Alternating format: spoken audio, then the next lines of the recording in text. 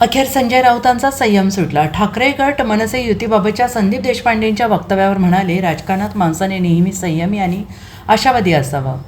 गेल्या काही दिवसांमध्ये मनसे आणि शिवसेना ठाकरे गटाच्या युतीच्या चर्चा मोठ्या प्रमाणात सुरू आहेत. दोन्ही पक्षातील नेते युतीबाबत सकारात्मक असताना मनसे पक्षाचे नेते संदीप देशपांडे आणि ठाकरे गटाचे नेते संजय राऊत यांच्यामध्ये चांगली जुंपल्याचं दिसून येतंय.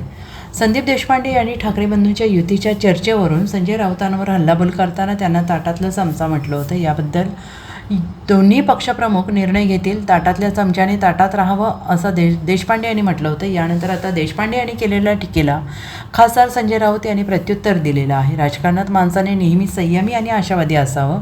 काही लोकांना अजून त्याचं प्रशिक्षण घेण्याची गरज आहे. नुसता उथळपणा करून राजकारण चालत नाही. जेव्हा महाराष्ट्राच्या अस्मितेचा प्रश्न असतो, मराठी माणसाच्या न्याय हक्काचा प्रश्न असतो, तेव्हा संयम ठेवावा लागतो. काय होणार आहे, काय होणार नाही हे माझ्या इतकं कोणालाच माहीत नाही. कोण काहीही म्हणेल, येड्या गाबाळ्यासारखं, त्याला अर्थ नाही. अशा शब्दात राऊत यांनी संदीप देशपांडे यांच्यावर टीका करत प्रत्युत्तर दिलं आहे. मी वारंवार सांगतो, उद्धव ठाकरे आणि राज ठाकरे हे दोन नेते आणि भाऊ निर्णय घेतील. आज बोलत आहेत ते राजकारणामध्ये उशिरा आले आहेत. ठाकरे बंधूंना किंवा ठाकरे कुटुंबाला मी जवळून ओळखतो, म्हणून मला माहीत आहे की काय होणार आहे. उद्धव ठाकरे आणि राज ठाकरे यांच्या म्हणण्याला अर्थ आहे. कोण काही म्हणेल त्याला अर्थ नाही. आमच्याकडचं कोणी काही म्हणालं नाही, त्यांच्याकडे कोणी काही म्हणणार नाही. अशा पद्धतीने एकेकाळी महाविकास आघाडीसुद्धा होणार नाही.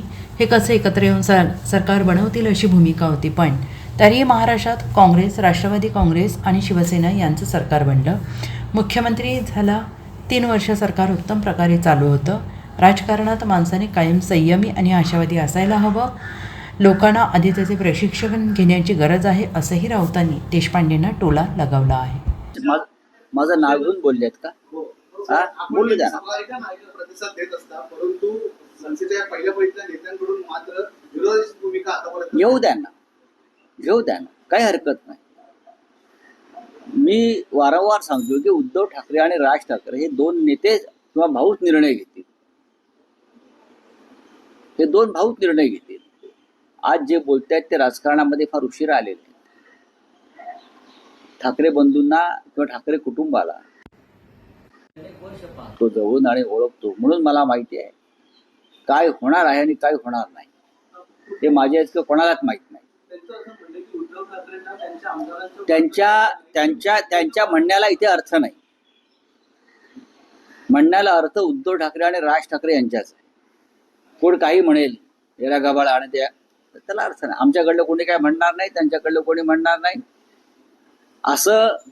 अशा पद्धतीने एकेकाळी महाविकास आघाडी सुद्धा होणार नाही. हे कसे एकत्र येऊन सरकार बनवतील अशी भूमिका होतीच ना.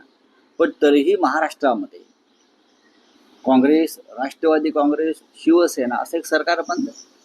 मुख्यमंत्री झाला. 3 वर्ष सरकार उत्तम प्रकारे चालवलं. राजकारणामध्ये माणसानं कायम संयमी आणि आशावादी असायला पाहिजे. काही लोकांना अजून त्याचं प्रशिक्षण घेण्याची गरज आहे. नुसता उठवळपणा करून राजकारणात कुठेही चालत नाही.